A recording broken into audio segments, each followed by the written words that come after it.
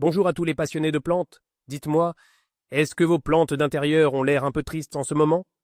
Les feuilles jaunissent, les pointes deviennent brunes et cassantes. La croissance semble s'être complètement arrêtée. Vous avez l'impression que le mois de décembre les déprime autant que nous? Vous n'êtes pas seul. Aujourd'hui, nous allons nous attaquer au défi numéro 1 pour nos amies vertes en hiver. Survivre à l'air sec de nos chauffages et aux journées désespérément courtes. Mais ne vous inquiétez pas, je ne vais pas seulement vous lister les problèmes. Je vais vous révéler plusieurs solutions simples et surtout une astuce secrète que vous devez absolument essayer. Alors restez bien avec moi jusqu'à la fin, car ce petit geste que je vais vous montrer pourrait littéralement sauver vos plantes préférées cet hiver. Avant de plonger dans les solutions, il est crucial de comprendre pourquoi nos plantes souffrent autant pendant l'hiver. C'est une question de décalage total avec leur environnement d'origine. La grande majorité de nos plantes d'intérieur, comme les monstera, les calathea ou les philodendrons, sont originaires de jungles tropicales. Imaginez un instant leur habitat naturel, une chaleur douce et constante, une humidité ambiante très élevée et une lumière vive mais filtrée par la canopée, disponible pendant environ 12 heures par jour, toute l'année. Maintenant, comparons cela à l'intérieur de nos maisons en décembre. Les radiateurs tournent à plein régime, créant un air souvent plus sec que celui du désert du Sahara. Le taux d'humidité peut chuter en dessous de 30% alors que nos plantes en nécessitent au moins 50 ou 60 pour s'épanouir. Et la lumière? Le soleil se lève tard et se couche tôt, et son intensité est bien plus faible. Pour une plante, ce changement est un choc violent. Elle n'est pas malade, elle est en état de stress hydrique et lumineux permanent. C'est comme nous demander de vivre et de prospérer dans un environnement pour lequel nous ne sommes absolument pas faits. Comprendre cette dissonance est la première étape pour devenir un meilleur parent de plantes. Commençons par le diagnostic de l'ennemi public numéro 1, l'air sec. C'est un tueur silencieux et invisible. Vous ne le voyez pas, mais vos plantes le ressentent intensément. L'air sec agit comme une éponge, il tire l'humidité de tout ce qu'il peut, et les feuilles de vos plantes sont une cible de choix. Ce processus s'appelle la transpiration. Normalement, c'est un processus sain, mais lorsque l'air est trop sec, la plante perd de l'eau beaucoup plus vite qu'elle ne peut en absorber par ses racines. C'est ce qui cause les symptômes les plus courants. Les pointes des feuilles, qui deviennent brunes, sèches et croustillantes. C'est souvent le premier signe d'alerte. Ensuite, vous pouvez observer des feuilles qui se recroquevillent sur elles-mêmes. Une tentative désespérée de la plante pour réduire sa surface d'exposition et limiter la perte d'eau. Les feuilles peuvent aussi jaunir et tomber prématurément. Pour avoir une idée précise, vous pouvez investir dans un petit appareil peu coûteux appelé hygromètre. Il vous donnera le taux d'humidité exact de votre pièce. Si vous voyez un chiffre inférieur à 40%, il est temps d'agir de toute urgence pour le bien-être de vos plantes, mais aussi pour le vôtre. La toute première solution, la plus simple et totalement gratuite, est ce que j'appelle le groupement stratégique. C'est un concept très simple qui imite la nature. Dans la jungle, les plantes ne poussent jamais seules. Elles sont regroupées, créant ainsi une communauté végétale dense. Ce faisant, elles créent leur propre microclimat. Chaque plante libère de l'humidité dans l'air par la transpiration, comme nous l'avons vu. Lorsque vous rassemblez plusieurs plantes, l'humidité libérée par l'une profite à ses voisines, et vice-versa. L'air ambiant dans ce petit groupe devient collectivement plus humide que dans le reste de la pièce. C'est un excellent moyen de créer une petite oasis tropicale dans votre salon. N'hésitez donc pas à déplacer vos pots. Prenez vos plantes les plus sensibles à l'air sec, comme les fougères, les marantas ou les alocasias, et placez-les les unes à côté des autres. Non seulement c'est bénéfique pour leur santé, mais visuellement, l'effet de masse crée une composition beaucoup plus luxuriante et attrayante. Vous transformez un simple ensemble de pots en un véritable petit coin de jungle. C'est la synergie végétale à son meilleur. L'union fait la force et l'humidité. Passons à une technique classique mais redoutablement efficace, la méthode de la soucoupe et des billes d'argile. C'est un système d'humidification passive très facile à mettre en place. Vous aurez besoin d'une soucoupe ou d'un plateau un peu plus large que la base de votre pot et d'un sac de billes d'argile que vous trouverez dans n'importe quelle jardinerie. La procédure est simple. Étalez une couche de billes d'argile au fond de la soucoupe. Ensuite, versez de l'eau jusqu'à ce que les billes soient à moitié immergées. Enfin, placez votre pot de fleurs directement sur ce lit de billes. Le principe est basé sur l'évaporation. L'eau dans la soucoupe va s'évaporer lentement, créant une bulle d'air humide juste en dessous et autour du feuillage de votre plante. Le point absolument crucial est de s'assurer que le fond du pot ne touche jamais l'eau stagnante. Les billes d'argile servent précisément à surélever le pot. Si le pot trempe dans l'eau, les racines risquent de pourrir, ce qui est encore pire que l'air sec. Vous devrez simplement penser à rajouter de l'eau dans la soucoupe tous les 2 ou 3 jours. C'est une méthode parfaite pour les plantes qui demandent une humidité constante, comme les calatheas. Parlons maintenant du brouillard magique, c'est-à-dire la vaporisation du feuillage. C'est un geste que beaucoup de gens aiment faire, car il donne l'impression de chouchouter ses plantes. Et c'est vrai, une fine brume d'eau peut apporter un soulagement immédiat à une plante assoiffée d'humidité. Cependant, il est important de comprendre ses bienfaits et ses limites. Le principal avantage est l'augmentation instantanée de l'humidité autour des feuilles. C'est un excellent coup de fouet le matin. Certaines plantes adornent ça, notamment celles à feuilles fines comme les fougères, les marantas ou encore les plantes épiphytes comme les tillandsias. Mais l'effet est très temporaire. En quelques dizaines de minutes dans une pièce sèche, l'eau s'est déjà évaporée et l'effet a disparu. Il faut donc le faire très régulièrement pour que ce soit un tant soit peu efficace. De plus, toutes les plantes n'apprécient pas d'avoir les feuilles mouillées. Évitez de vaporiser les plantes aux feuilles duveteuses, comme les sympolias, car cela peut provoquer des taches et des maladies fongiques. Il faut aussi éviter de le faire le soir, car l'eau qui stagne sur les feuilles pendant la nuit, sans lumière pour la faire s'évaporer, peut aussi favoriser le développement de champignons. Si vous êtes un vrai collectionneur de plantes, ou si vous vivez dans un environnement particulièrement sec, la solution ultime est l'investissement qui change tout. L'humidificateur d'air. C'est sans conteste la méthode la plus efficace pour contrôler et maintenir un taux d'humidité idéal et constant dans une pièce. Oubliez les vaporisations quotidiennes et les plateaux de billes à remplir. Un bon humidificateur fait le travail pour vous de manière bien plus performante. Il en existe plusieurs types, mais les plus courants pour un usage domestique sont les modèles à ultrasons, qui créent une brume froide très fine, ou les modèles à évaporation. Beaucoup d'entre eux sont équipés d'un hygrostat intégré, ce qui vous permet de régler le taux d'humidité désiré, par exemple 55%, et l'appareil se mettra en marche et s'arrêtera automatiquement pour le maintenir.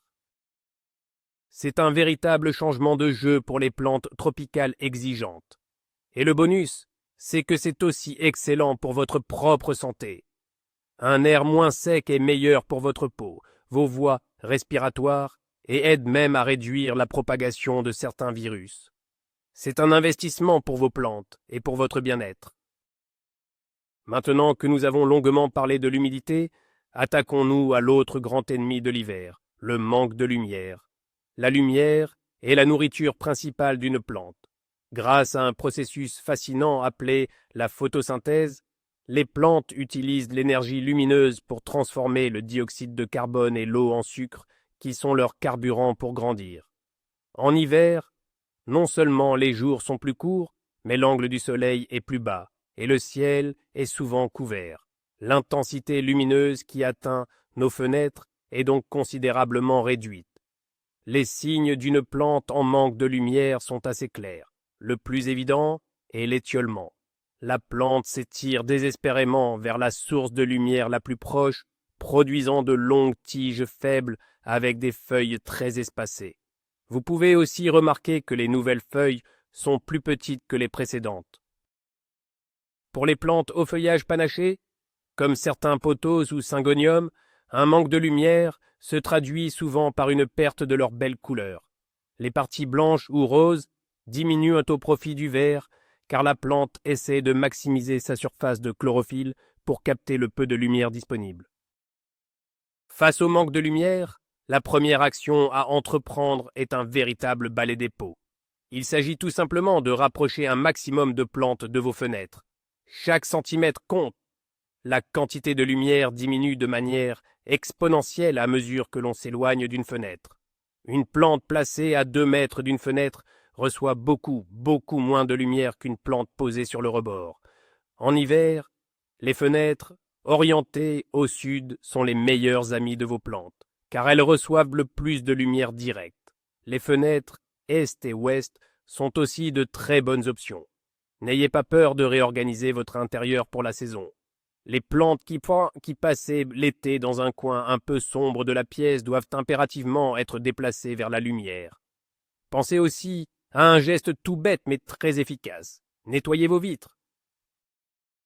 Une fine couche de poussière et de saleté à l'extérieur comme à l'intérieur peut réduire la quantité de lumière transmise de manière significative.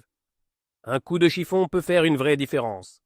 Attention cependant aux courants d'air froid près des fenêtres mal isolées qui peuvent être un choc pour vos plantes. Un autre geste simple mais essentiel pour optimiser la lumière est la rotation régulière de vos plantes. Les plantes sont phototropiques, ce qui signifie qu'elles s'orientent et poussent naturellement en direction de la lumière. Si vous laissez une plante toujours dans la même position, vous remarquerez rapidement qu'un seul côté se développe, celui face à la fenêtre, tandis que l'autre côté reste dégarni et a tendance à s'étioler. La plante finit par avoir une apparence déséquilibrée et penchée, ce qui n'est ni esthétique ni très bon pour sa structure. Pour éviter cela, il suffit de prendre l'habitude de faire pivoter le pot d'un quart de tour à chaque fois que vous l'arrosez, par exemple. C'est une routine facile à mettre en place. Cette simple action assure que toutes les parties de la plante reçoivent une quantité de lumière plus ou moins égale au fil du temps. Cela encourage une croissance plus dense, plus droite et plus harmonieuse. La plante sera plus touffue et plus robuste. C'est un petit effort qui garantit que votre plante reste belle sous tous les angles, et pas seulement du côté qui regarde la lumière. Pour ceux qui vivent dans des appartements sombres, qui n'ont pas de fenêtres bien exposées, ou qui veulent simplement cultiver des plantes exigeantes, il existe une solution miracle. Le soleil en bouteille, ou plus exactement, les lampes de croissance. N'imaginez pas des installations horticoles compliquées et coûteuses. Aujourd'hui, il existe une multitude de solutions d'éclairage artificiel très accessibles et esthétiques. L'important est de choisir une ampoule dite à spectre complet ou full spectrum en anglais. Ces ampoules imitent la lumière naturelle du soleil en fournissant toutes les longueurs d'onde nécessaires à la photosynthèse. Vous pouvez trouver des ampoules à visser dans n'importe quelle lampe de bureau, des barres de LED discrètes à fixer sous une étagère, ou même des lampes sur pied dédiées. L'avantage est que vous contrôlez tout, l'intensité et la durée. En branchant votre lampe sur un simple minuteur, vous pouvez garantir à vos plantes 12 à 14 heures de lumière parfaite chaque jour, peu importe la météo extérieure. Placez la lampe à une distance de 15 à 30 cm du feuillage et vous verrez vos plantes littéralement revivre, produire de nouvelles feuilles et retrouver leur couleur même au plus profond de l'hiver. Abordons maintenant ce qui est probablement la cause numéro 1 de mortalité des plantes d'intérieur en hiver, l'arrosage, ou plus précisément, le surarrosage. C'est le piège mortel dans lequel tombent la plupart des débutants. Le raisonnement semble logique. L'air est sec à cause du chauffage, donc la plante a besoin de plus d'eau. C'est une erreur fatale.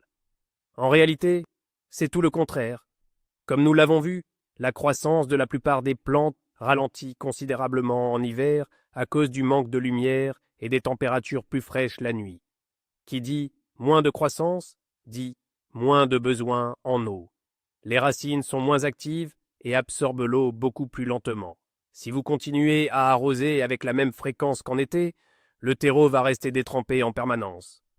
Un sol constamment humide empêche les racines de respirer, car les poches d'air sont remplacées par de l'eau. Cela conduit inévitablement à l'asphyxie et à la pourriture des racines.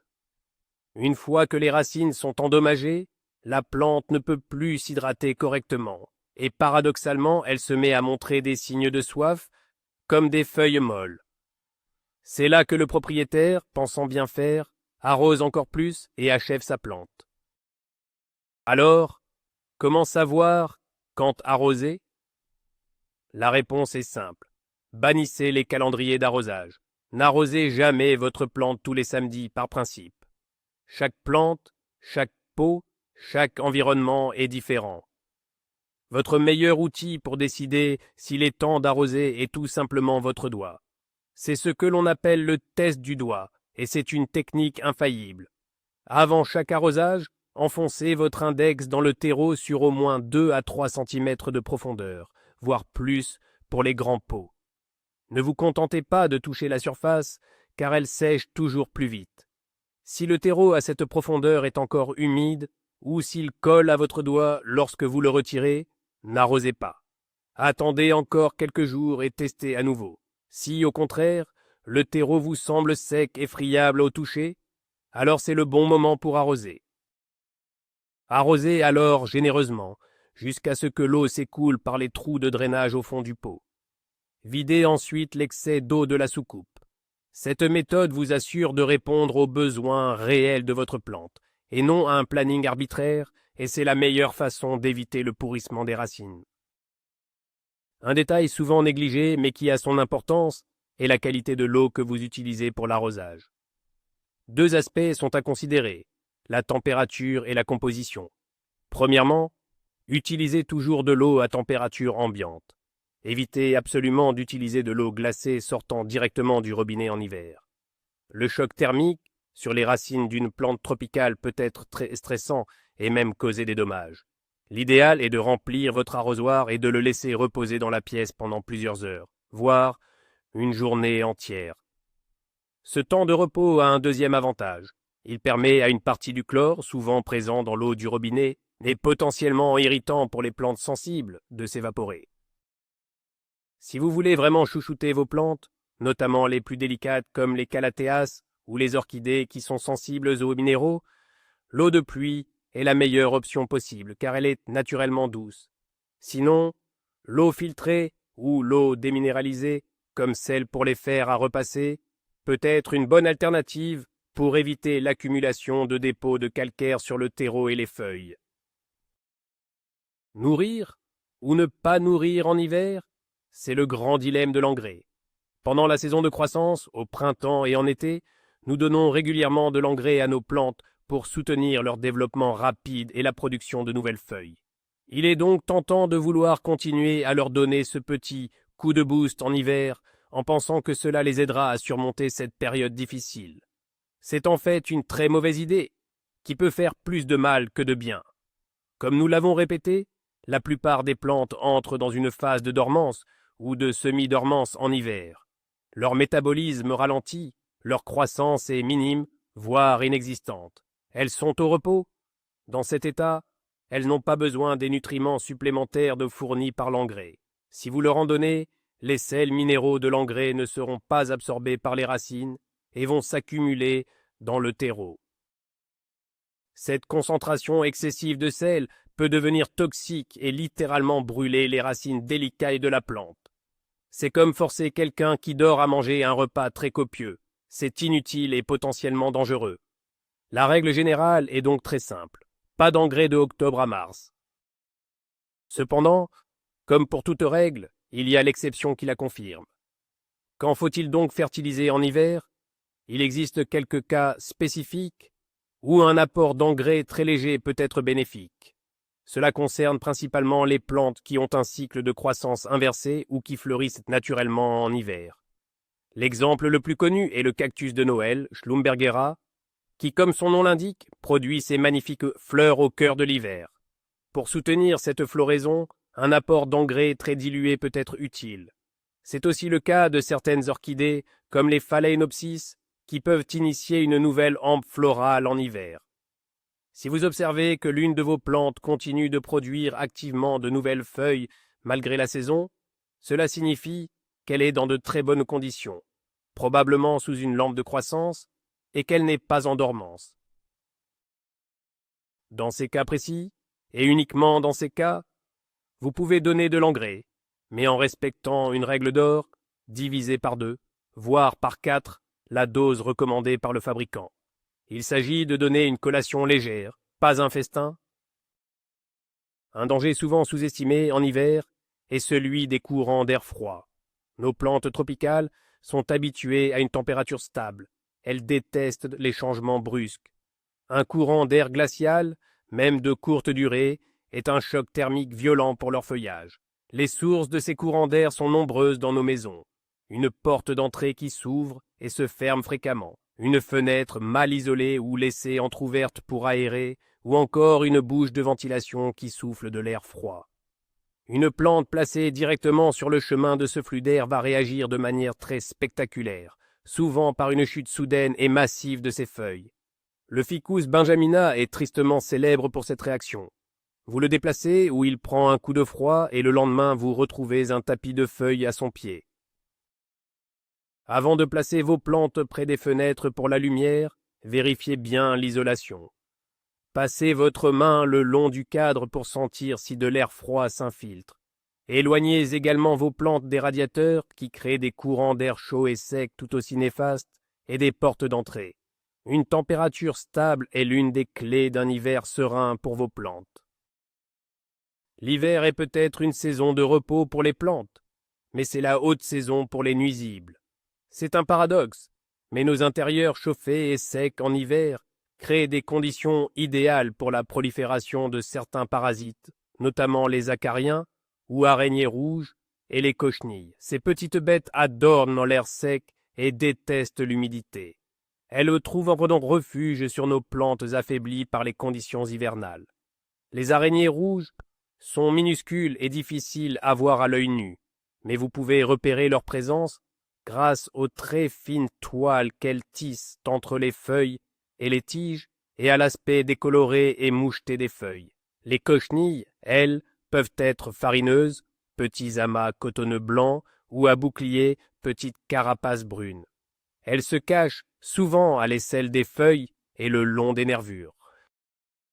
Il est donc impératif de prendre l'habitude d'inspecter régulièrement vos plantes. Regardez attentivement le dessus et surtout le dessous des feuilles. Une inspection hebdomadaire peut vous permettre de détecter une infestation à ses débuts, quand elle est encore facile à traiter avec un peu de savon noir dilué, avant qu'elle ne se propage à toute votre collection. Une des meilleures armes préventives contre les nuisibles, qui est aussi bénéfique pour la photosynthèse, est le nettoyage régulier des feuilles. Au fil du temps, une fine couche de poussière se dépose inévitablement sur le feuillage de nos plantes. Cette poussière n'est pas seulement inesthétique, elle obstrue les pores de la feuille, appelés stomates, que la plante utilise pour respirer. Surtout, elle agit comme un filtre qui réduit la quantité de lumière pouvant atteindre la surface de la feuille, ce qui nuit directement à la photosynthèse. En hiver, où chaque photon de lumière est précieux, c'est un handicap supplémentaire. De plus, les parasites comme les acariens adorent de se cacher et pondre leurs œufs dans cette couche de poussière. Un nettoyage régulier rend donc l'environnement beaucoup moins accueillant pour eux. Pour ce faire, utilisez simplement un chiffon doux et humide ou une éponge et passez délicatement sur chaque face de la feuille en soutenant celle-ci avec votre autre main pour ne pas la casser. Pour les petites plantes, plantes ou celles au feuillage complexe, une douche rapide à l'eau tiède dans la baignoire ou l'évier peut aussi faire l'affaire. Une plante aux feuilles propres est une plante qui respire mieux, capte mieux la lumière et reste en meilleure santé. Un point très important pour votre tranquillité d'esprit est de comprendre et d'accepter le concept de repos végétatif. Si malgré tous vos efforts, vous remarquez que votre plante perd quelques feuilles, surtout les plus anciennes situées à la base, ou que sa croissance est totalement à l'arrêt, ne paniquez pas. Ce n'est pas forcément un signe que vous faites quelque chose de mal ou que votre plante est en train de mourir. C'est le plus souvent un comportement tout à fait normal en hiver. C'est sa manière de s'adapter à des conditions moins favorables. En ralentissant son métabolisme et en se débarrassant de quelques feuilles pour économiser de l'énergie, la plante entre en dormance. Elle conserve ses ressources pour pouvoir repartir de plus belle au printemps, lorsque les jours rallongeront et que la lumière reviendra en abondance. Accepter cette phase de repos est essentiel. Continuez À la surarroser ou à la bombarder d'engrais pour la forcer à pousser serait contre-productif et dangereux. Considérez l'hiver comme une période de sieste pour vos plantes. Votre rôle n'est pas de les stimuler, mais de les accompagner en douceur pendant leur sommeil, en leur maintenant des conditions de survie stables jusqu'à leur réveil printanier. Et nous voici arrivés à la fameuse astuce secrète, le « ceci » que vous devez donner à vos plantes, mentionné dans le titre. Il ne s'agit pas d'un produit chimique miracle, mais d'un tonique naturel, doux et incroyablement bénéfique. Le thé de compost, ou plus précisément, le thé de lombricompost. C'est une potion magique pour les plantes, surtout en hiver. Pourquoi ? Parce que ce n'est pas un engrais au sens classique du terme. Il est très pauvre en sels minéraux, NPK, et ne risque donc pas de brûler les racines d'une plante au repos. En revanche, il est extrêmement riche en micro-organismes bénéfiques, bactéries, champignons, en enzymes et en oligo-éléments. Ces éléments vont nourrir la vie du sol, améliorer sa structure et aider la plante à mieux assimiler le peu de nutriments disponibles. C'est un probiotique pour votre plante, un véritable fortifiant qui renforce son système immunitaire pour l'aider à mieux résister au stress et aux maladies de l'hiver. Pour le préparer, c'est très simple. Prenez 1 ou 2 cuillères à soupe de lombricompost de bonne qualité, mettez-le dans 1 litre d'eau, idéalement de pluie ou déchlorée, et laissez infuser pendant 24 heures en remuant de temps en temps. Filtrez et utilisez ce thé pour arroser vos plantes 1 fois par mois pendant l'hiver. C'est le petit coup de pouce qui fait toute la différence. Pour finir, faisons une synthèse rapide et établissons un plan d'action clair pour le mois de décembre. Inutile de tout retenir par cœur, l'important est de comprendre les principes. Votre mission, si vous l'acceptez, se résume en 5 points clés. Premièrement, augmentez l'humidité, regroupez vos plantes, utilisez des plateaux de bile d'argile, vaporisez le matin si nécessaire ou investissez dans un humidificateur. Deuxièmement, maximisez la lumière. Rapprochez toutes vos plantes des fenêtres les mieux exposées. Nettoyez vos vitres et faites pivoter vos pots régulièrement. Si la lumière est vraiment insuffisante, envisagez une lampe de croissance. Troisièmement, réduisez drastiquement l'arrosage. Oubliez votre calendrier et utilisez le test infaillible de votre doigt pour n'arroser que lorsque le terreau est sec en profondeur. Quatrièmement, stoppez complètement l'engrais, sauf pour les rares plantes en pleine floraison hivernale, pour lesquelles vous utiliserez une dose très diluée. Cinquièmement, observez et prévenez. Inspectez vos plantes chaque semaine à la recherche de parasites et nettoyez la poussière sur leurs feuilles. Et n'oubliez pas le bonus, votre arme secrète, un petit arrosage mensuel au thé de compost pour les fortifier. Avec ce plan, vous êtes préparé pour aider vos plantes à traverser l'hiver non seulement en survivant, mais en restant belles et en bonne santé. Et voilà, vous détenez maintenant toutes les clés, toutes les stratégies pour transformer votre maison en un véritable sanctuaire pour vos plantes, même au cœur de l'hiver le plus sombre. Vous voyez, ce n'est pas si sorcier, il ne s'agit pas d'avoir la main verte, mais simplement d'observer, de comprendre les besoins de nos plantes et de faire de notre mieux pour recréer un petit morceau de leur environnement naturel chez nous. Et surtout, n'oubliez pas notre petite potion magique, ce fameux thé de compost, pour leur donner ce petit coup de pouce vital qui fait vraiment toute la différence entre une plante qui survit et une plante qui se sent bien. Merci infiniment d'avoir regardé cette vidéo jusqu'au bout. Si elle vous a été utile, si vous avez appris quelque chose, la meilleure façon de me remercier est de laisser un pouce bleu, cela aide énormément la chaîne à être visible. Pensez à vous abonner et à activer la petite cloche pour ne manquer aucune de nos prochaines astuces jardinage. Et maintenant, la parole est à vous. Quelle est votre plus grande difficulté avec vos plantes en ce moment? Et quelle est votre astuce secrète personnelle pour les garder en pleine forme pendant l'hiver? Partagez tout ça dans les commentaires ci-dessous. J'ai vraiment hâte de vous lire et d'échanger avec vous. Prenez soin de vous et de vos plantes. À très bientôt.